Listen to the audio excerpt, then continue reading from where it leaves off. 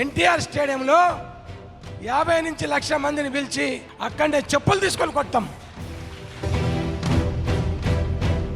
ఇదే మల్లాయ్ గుప్తా ఒక కాల్లో ఏమంటున్నాడో వినండి. నేనైతే రాజీ పడే ప్రసక్తి లేదు.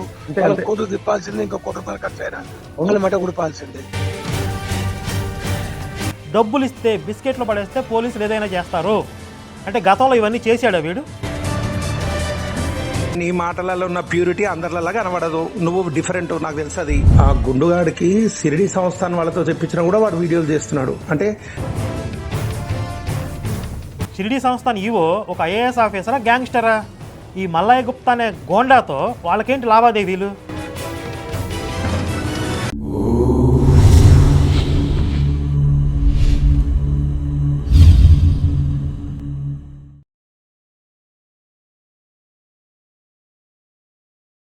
అందరికీ నమస్కారం. ఈ వీడియో చాలా ఇంపార్టెంట్ అండ్ సీరియస్ వీడియో. ఒక వీడియో క్లిప్ ప్లే చేస్తాం చూడండి. ఇప్పుడు మహర్షి గారు చెప్పారు, స్నానం కొన్నిటికి మంచిది. మహర్షి గారు అని ఎవరిని ఉద్దేశించి అంటున్నాడంటే ఈ వ్యక్తి బోడిగుండు గుమ్మడి పుండ ఆనంద ఒకడు ఉంటాడు కదా, వాడే మహర్షి, సద్గురువు, జగద్గురువు అని పేర్లు పెట్టేసుకున్నాడు. వాడి గురించి చెప్తున్నాడు. ఈ చెప్తున్న వ్యక్తి మల్లాయ్ గుప్తా. దిల్సుఖ్ నగర్ షిరిడి ఆ టెంపుల్లో దర్గాలో ఉంది కదా, దానికి మాజీ చైర్మన్ గుండా మల్లాయ్ గుప్తా. మీరు దయచేసి మీరు ఏ చర్య తీసుకున్నా కూడా మీ భక్తులమ్మడి నేను సపోర్ట్ చేసుకుంటూ మీ వెనక అండదండలు ఉన్నాయని మీరు ముందుకు పోండి, నేనున్నానని మాకు మనస్సాక్షి ఈరోజు పిలిచి మీటింగ్ చెప్పాడు. వాడి హావభావాలు చూసారా? శ్రీ మహావిష్ణువు చిద్విలాసం లాగా. మేము ఒకటే అంటున్నాం, మేము యుద్ధం చేయం, కొట్లాడం, శాంతితో భక్తులతో. వాని ఉన్న టీవీ 4ని మన ఇండియా లోపల ఎన్ని ఉన్నాయో వాళ్ళకు అన్ని టీవీలు ఏ తప్పు రాసినాయో కోర్టు త్రూ చూసుకుంటూ అది విషమించిన రోజు ఆ 5 టీవీల మీదకి హైదరాబాదులో ఎన్టీఆర్ స్టేడియంలో 50 నుంచి 1,00,000 మందిని పిలిచి జనాన్ని పిలిచి ఆ రోజు వాడిని పట్టుకొచ్చి అక్కడే చెప్పులు తీసుకొని కొడతాం. ముందు 4 అన్నాడు, తర్వాత 5 అన్నాడు. బహుశా 5గురు నేను, లలిత్ కుమార్ గారు, దువ్వాడి శివప్రసాద్ గారు, భాస్కర్ కిల్లి, అలాగే మాధవీలత గారు అనుకుంటాను ఈ 5వ వ్యక్తి. ఇక్కడ కోర్టుల్లో గనక వీళ్ళకి అనుకూలంగా రాకపోతే, మా 5గురు నోరు నొక్కటం కోర్టుల ద్వారా చేతగాకపోతే 50,000 మంది నుంచి 1,00,000 మంది వరకు జనాల్ని పోగేసి మమ్మల్ని చెప్పులతో కొట్టిస్తాడంట. అన్ని వేల మంది కొట్టించడం అంటే ఏంటి? చంపేయడమే కదా. అంటే ఇండైరెక్ట్గా చంపేస్తాను అని చెప్తున్నాడు. దానికి ఆ బోడిగుండు గుమ్మడి పొండ ఆనందగాడు క్లాప్స్ కొడుతున్నాడు. అయితే ఇదేదో ఆషామాషిగా ఏదో జనాలను చూసి రెచ్చిపోయి సభల్లో మాట్లాడిన విషయం కాదు. ఇది చాలా ప్రణాళికాబద్ధంగా, చాలా సీరియస్గా దీని మీద వాళ్ళు వర్క్ చేస్తున్నారు. ఒక కాల్ రికార్డు కూడా ఇప్పుడు ప్లే చేస్తాను. ఎవరైతే ఈ గుండా మల్లాయ్ గుప్తా ఈ వీడియో మాట్లాడాడో, ఇదే మల్లాయ్ గుప్తా ఒక కాల్లో ఏమంటున్నాడో వినండి. చెప్పండి. ఇక్కడ అవతల వ్యక్తి మాట్లాడుతున్న మాటలు మనకు స్పష్టంగా అర్థమవుతున్నాయి. ఈ మల్లాయ్ గుప్తా మాటలు కొన్ని అర్థం కావట్లేదు కాబట్టి మాకు అర్థమైనంత వరకు అవి సబ్ టైటిల్ చేస్తున్నాము. అర్థం కాని చోట్ల క్వశ్చన్ మార్క్ కూడా పెట్టాం. ఎక్కడ ఇంట్లోనే ఉన్నారా? బయటకు వెళ్ళి ఒకవేళ నిన్ను కలవాలి ఒక 1/2 గంట సేపు అంటే ఇంట్లో ఎప్పుడు ఉంటావు? మరి ఇప్పుడు బయటకు వెళ్ళిపోయినావుగా, అంటే ఫోన్ ఉంటే వెళ్ళిపోతా కదా. మళ్ళీ ఎప్పుడు వస్తావు అని నాకు రేపే పొద్దున్న మొత్తం బిజీ వర్క్ షెడ్యూల్. మళ్ళీ రేపేనా? ఏంటి ప్రాబ్లం ఏంటి అసలు చెప్పు అన్నా. ఇప్పుడు మన రూమ్ లో మనం మీటింగ్ లో మాట్లాడుకున్నది బయటకి ఎట్లా పోయింది ఇన్ఫర్మేషన్? ఈ మందిరం మాఫియా అనంట, మాఫియా వాళ్ళతో చర్చలు విఫలమంట. వాడు భాస్కర్ కిల్లిగాడు వీడియో చేసిండు. సాయి మందిర మాఫియాలతో చర్చలు విఫలమంట. మనం మాట్లాడుకున్నది మాఫియా అని అంటది, మనం మాట్లాడుకున్న మీటింగ్. ఇక్కడ అతనికి మిస్కమ్యూనికేషన్ అయింది. భాస్కర్ చేసిన వీడియో ఏంటంటే, ఈ సాయి మాఫియా మాతో చర్చలు అని ప్రతిపాదించారు కదా, ఆ చర్చలు మొదటి దశలోనే ఆగిపోయాయి, అవి విఫలమయ్యాయి అని తను వీడియో చేస్తే, వీళ్ళు ఏమనుకుంటున్నారంటే వీళ్ళు అంతర్గతంగా చేసుకున్న చర్చలు వీళ్ళలో వీళ్ళకి లోకలోకలు వచ్చాయి, అవి విఫలమయ్యాయి, ఈ ఇన్ఫర్మేషను వాళ్ళకి ఎలా వెళ్ళింది అని అడుగుతున్నాడు. ఎవరు పంపిస్తున్నారు? రెండవది చూడు, ఇంకో మాట, ఆ గుండుగాడికి షిరిడి సంస్థాన్ వాళ్ళతో చెప్పించినా కూడా వాడు వీడియోలు చేస్తున్నాడు. అంటే షిరిడి సంస్థాన్ వాళ్ళు చెప్పిండ్రన్న విషయం వీళ్ళకైతే తెలిసింది. ఈ గుండుగాడు ఒక వీడియోలో చెప్పాడు కదా, మీరు రాజీ పడేవాళ్ళంటే రాజీ పడండి, వ్యాపారాలు చేసుకునే వాళ్ళు, టెంపుల్స్ ఉన్న వాళ్ళు రాజీ పడతారు, నాకేంటి, నాకేం అవసరం, నేను వీడియోలు చేస్తా అని అన్నాడు కదా. అంటే వాళ్ళకి మధ్య గొడవలు అయ్యాయి అనేది మనం చెప్పాం. ఇది కూడా వాళ్ళకి ఎలా తెలిసిపోయింది? ఈ గుండుగాడికంట షిరిడి సంస్థాన్ వాళ్ళతో చెప్పించారంట, నువ్వు వీడియోలు చేయకురా అని చెప్పి. ఆ విషయం కూడా వాళ్ళకి ఎలా తెలిసిపోయిందని అడుగుతున్నాడు. మేము పోయి చెప్పినామన్నా ఎవరికి, వాళ్ళకు, ఎందుకు మేమే పోయి చెప్పినాం చెప్పమని చెప్పి. ఎవరికి? సంస్థాన్ వాళ్ళకి చెప్పిండొచ్చు కాక వదిలేయి. అది మల్లయ్య గుప్తా దానికేం సమాధానం చెప్తున్నాడు, నేనే షిరిడి సంస్థాన్ దగ్గరికి పోయి ఆ గుడ్డుగడికి చెప్పండి, మేము చెప్తే వినట్లేదు అంటే వీళ్ళ చెయ్యి దాటిపోయాడు, కాబట్టి మీరు చెప్పండి ఆ గుండుగడికి వీడియోలు చేయొద్దు, వాళ్ళని రెచ్చగొట్టొద్దు అని చెప్పి అని నేనే చెప్పాను. మల్లయ్య గుప్తా చెప్తున్నాడు. ఏం మాట్లాడుతున్నా, ఎవరు చెప్పినట్టు ఏ లంజోడు చెప్పిన పెళ్ళి నమ్మంతేంగు, ఎవరో లంజోడు చెప్పిన ఎవరో చెప్పినా మనం ఏం చేస్తాం? అదే ఎవరో సీక్రెట్ చెప్పు వెళ్ళింది, ఎవరు చెప్తే మనం ఏం చేస్తాము? మనమే చెప్పలేదు కదా, మనం అందరికి అట్టకట్ట వెళ్ళాం కదా. తెలియజేస్తున్నా అంటే నీకు తెలుస్తున్నాయా ఈ విషయాలు, వీళ్ళు ఇట్లా చేస్తున్నారు? ఏ తెలుస్తున్నా ప్రమోద్ అయితే నేనైతే పేపర్కి ఏదలుచుకున్నా, ప్రమోద్ మాకు సంబంధం లేదు, మాకు ఎట్టి పరిస్థితులు చెప్పి నేను ఏదలుచుకుంటున్నాను. ఆయన ఏకంగా పేపర్లోనే నేను ఇవ్వదలుచుకున్నాను, వాడికి మాకు సంబంధం లేదు అని చెప్పి.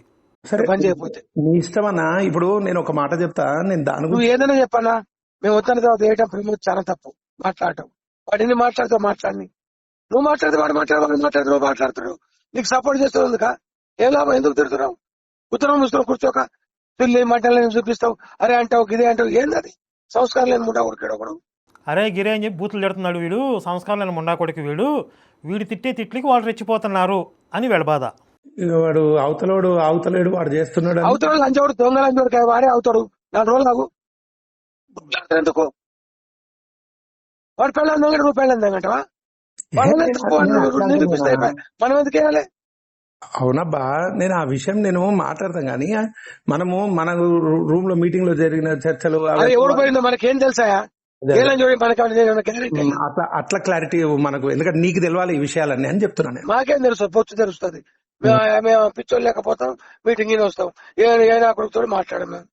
మేము ఎవరితో మాకు సంబంధాలే లేవు, నీకు నెంబర్లే లేవు. నాకు నెంబర్ నా దగ్గర లేదు. నీకుండవు, నాకు తెలుసు.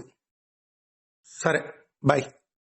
ఎందుకంటే ఎవరైనా చెప్తే వినాలే, అవునబ్బా, పద్ధతి వినాలే. ఆయన పని చేస్తే వాడు వేస్తే అప్పుడు దాని సంగతి అంటే నువ్వు వేస్తే వాడేస్తే నువ్వు వేస్తే ఏముంది చెప్పు. సరే బాయ్. ఎవరిదైనా తప్పు ఉండదు ఒకళ్ళది, ఎప్పుడు ఇద్దరు తప్పు ఉండకూడదు. వాళ్ళు వాళ్ళ గుద్ద మీద దానికి మనం చేస్తాం కదా. ఇది జాగ్రత్తగా ఏమనండి, వాళ్ళని డాష్ మీద తనటానికే మనం చేస్తున్నాం కదా ఏర్పాట్లు. వీడెందుకు కెలికి రచ్చ చేస్తున్నాడు? కోర్టు ఎందుకు చేస్తున్నాం? కోర్టుల చుట్టూ షిరిడి చుట్టూ ఎందుకు తిరుగుతున్నాం? పైసలు కలిసి పెరుగు బయట చేసి చేస్తున్నాం. వాళ్ళ గుద్ద మీద ధనాలనే కదా. ధనంజయ అంటే ధనంజయ దెంగేమని చెప్తే నీ ముందరలే నన్ను ఇంటి కావక నేను బాను అని పేరు సాయి శ్రీనివాస్ చూసుకుంటాం, నువ్వు ఇంటర్ఫేర్ కావద్దని చెప్తుంది.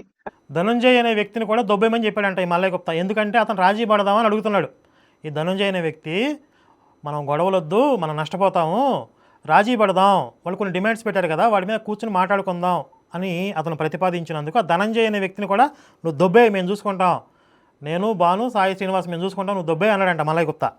ఇప్పుడు వస్తున్నాడు మధ్యన, సంబంధం లేదు, మనమే తిరిగి మనమే చేస్తాం. నువ్వు ఇంటర్ఫేర్ కావకు, నువ్వేం మాకు జోలికి రావాకే చెప్పాను. నువ్వు ఇంటర్ఫీర్ అవ్వకు, మేము చూసుకుంటాం, ముందు నుంచి మేమే చూసుకుంటున్నాం కదా. నీకు ఇంట్రెస్ట్ ఉంటే రాజీ పడవాకని చెప్పినా, మేము రాజీ పడే ప్రసక్తి అని చెప్పినా. మంచి అదే నీ వాయిస్ విన్నాను నేను ఆడ, మంచి చెప్పినావు. నీకు రాజీ పడేది ముచ్చట్లేదన్నా, నీ మాట రాజీ పడేది ముచ్చట. ఒక మాట చెప్తారే, నీ మాటలలో ఉన్న ప్యూరిటీ అందరిలా కనబడదు, నువ్వు డిఫరెంట్, నాకు తెలుసు అది. రాజీ పడే ప్రసక్తి లేదు. చలో రైట్, మాట్లాడుకుందాం మనం తర్వాత. నేనైతే రాజీ పడే ప్రసక్తి లేదు. కోర్టు తిప్పాల్సిందే, ఇంకా ₹1 ఖర్చు అయినా వాళ్ళ మట గుడిపాల్సిందే.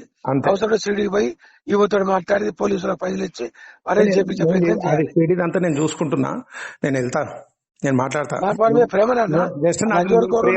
నీ ప్రేమ నా మీద చూపించే చాలు, నేను చూసుకుంటా మిగతాది. బాయ్. నేను వాడి ఒడు నాకు నేను ధనంజయనే తీసేస్తాను. అవునవును ముఖం తెలుసు. పట్టుకొని. అదే అన్నాడు హనుమంత్ కూడా, అదే అన్నాడు శ్రవణ్ కూడా అదే అన్నాడు. మల్లన్న చాలా క్లారిటీ తోటి ఉన్నాడు, వీళ్ళందరూ డబుల్ గేమ్ ఆడుతున్నారు అని చెప్పేసి అన్నాడు. సరేలే, థ్యాంక్ యూ. విన్నారు కదా, ₹1,00,00,000 ఖర్చు పెట్టైనా సరే వాళ్ళని గుడిపించాల్సిందే.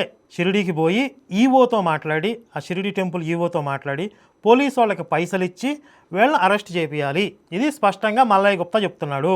మీకు అర్థం కావాలి, ఇక్కడ ఈ సాయి మతం అనేది భక్తుల చేతిలో ఉందా, ఒక అండర్ వరల్డ్ మాఫియా చేతిలో నడుస్తుందా అనేది. ₹1,00,00,000 అలవోకగా ఖర్చు పెట్టేసి, ₹1,00,00,000 ఎందుకు ఖర్చు పెడతారండి? పోలీసులకి ₹1,00,00,000 ఇస్తారా అరెస్ట్ చేయడానికే? ఇంకేదో మాట్లాడతాడు. లేదా పోలీసు వాళ్ళతో పని అవ్వకపోతే సుఫారీ గ్యాంగులకి ఇస్తాడేమో ₹1,00,00,000. ఏదేమైనా సరే ₹1,00,00,000 ఖర్చు పెట్టి వీళ్ళని మొత్తం చేయాల్సిందే అని ఈ మల్లయ్య గుప్తా చెప్తున్నాడు. వీడి వయసు ఎంత ఉంటుందండి? ఒక 60-65 సంవత్సరాలు ఉంటాయి. వాడు మాట్లాడుతుంటే ఆయాసం, ఉబ్బసం, బహుశా బీపీ, షుగర్ అన్నీ ఉండే ఉంటాయి. కరెక్ట్గా భోజనం చేస్తే చచ్చిపోతాడు. వీడి ఆరాటం ఏంటి? ఈ సాయి టెంపుల్ పేరుతో జరుపుతున్న ఈ దందా, ఈ బ్లాక్ మనీ ఏదైతే ఉందో ఆ వ్యాపారాన్ని కాపాడుకోవటం, బ్లాక్ మనీ వ్యాపారాన్ని కాపాడుకోవటం ఈ వయసులో. దానికోసం ధర్మం కోసం నిలబడుతున్న వాళ్ళని, ధర్మం కోసం ప్రశ్నిస్తున్న వాళ్ళని వాళ్ళ గొంతులు నొక్కేద్దాం, గొంతులు పిసికేద్దాం, వాళ్ళని లేకుండా చేద్దాం. వీడికి ఎంత మదం కాకపోతే, ఎంత అహంకారం కాకపోతే పోలీసు వాళ్ళకి పైసలు ఇచ్చి అరెస్ట్ చేపిస్తాడంట. అంటే కేసులు పెట్టింది కూడా పైసలు ఇచ్చానా? సరే, వాళ్ళు కేసులు పెట్టారు, వాళ్ళు పెట్టిన సెక్షన్స్ ప్రకారం అరెస్ట్ చేయడానికి లేదు.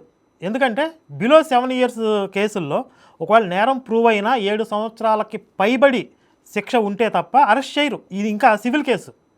డిఫమేషన్ కేసులు కూడా వేశారు, వీటిలో అరెస్టులు ఉండవు. కానీ వీడు డబ్బులు ఖర్చు పెట్టి పోలీసు వాళ్ళకి పైసలు ఇచ్చి అరెస్ట్ చేపిస్తాను అంటున్నాడు. అంటే పోలీస్ వ్యవస్థ మీద వీడికి ఎంత చులకన భావం ఉంది. డబ్బులు ఇస్తే, బిస్కెట్లు పడేస్తే పోలీసులు ఏదైనా చేస్తారు. అంటే గతంలో ఇవన్నీ చేశాడా వీడు? దీన్ని పోలీసులు సుమోటోగా తీసుకోవాలి, వీడి మీద కేసు పెట్టాలి. ఎంతమందిని ఇలా అక్రమ కేసులు పెట్టి రాశి రంపాన్ని పెట్టాడు, ఏడిపించాడు, బ్లాక్మెయిల్ చేశాడు, దందాలు చేశాడు. వీడి చరిత్ర మొత్తం, వీడి హిస్టరీ మొత్తం, రికార్డ్స్ మొత్తం బయటికి తీయాలి. ఇంకా ఈ మల్లయ్య గుప్తా దందాలో, ఈ ₹1,00,00,000 దందాలో ఎవడెవడు వాటాలు ఎంత? ఈ ₹1,00,00,000 మల్లయ్య గుప్తానే పెట్టుకుంటున్నాడా? ఇంకా కొంతమంది తలో కొంత వాటాలు వేసుకుంటున్నారా? ఇప్పుడు ఆ బోడిగుండు రమణానందగా ఉన్నాడు కదా, వాడు కూడా నా వాటా ఎంత, వాళ్ళని నలిపేయండి అని ఇచ్చాడా? వీళ్ళతో పాటు ఇంకెవరెవరు ఉన్నారు? అసలు ఈ ₹1,00,00,000 ఖర్చు పెట్టి ఏం చేయాలి వీళ్ళు? ఏం చేద్దాం అనుకుంటున్నారు? అక్కడ వీడియోలో చెప్పాడు కదా, 50,000 మంది నుండి 1,00,000 మందిని తీసుకొచ్చి వాళ్ళని కొట్టిస్తాను, చంపిస్తానని చెప్పి. ఇప్పుడు పోలీసు వాళ్ళకి పైసలు ఇచ్చి ₹1,00,00,000 ఇచ్చి ఏం చేద్దామని వీడు? ఆ ఆకు రౌడీగాడు, ఆ గుండుగాడేమో పిచ్చి పిచ్చి మాటలు మాట్లాడితే మీ ఫోటోలతో బ్యానర్లు షీడీలో లేపితే నాకు కూడా గల్లీ గల్లీలో గుద్ద వదిలింటారు గాంకారీలు అందరూ వచ్చి. ఈ వేలు ఎడబెట్టినవరా? ఎంతమందిని గెలికినావు? తీసినప్పుడు సగమే బయటకు వచ్చింది. ఈ వేలో ఏదో ఒక వేలు, 10,000లో 9.5 ఉంటాయి నీకు. ఇంకొకసారి సాయిబాబా విషయంలో గెలకాలని చూసినావు అనుకో, 10కి 10 మొత్తం దెంగేస్తాయి.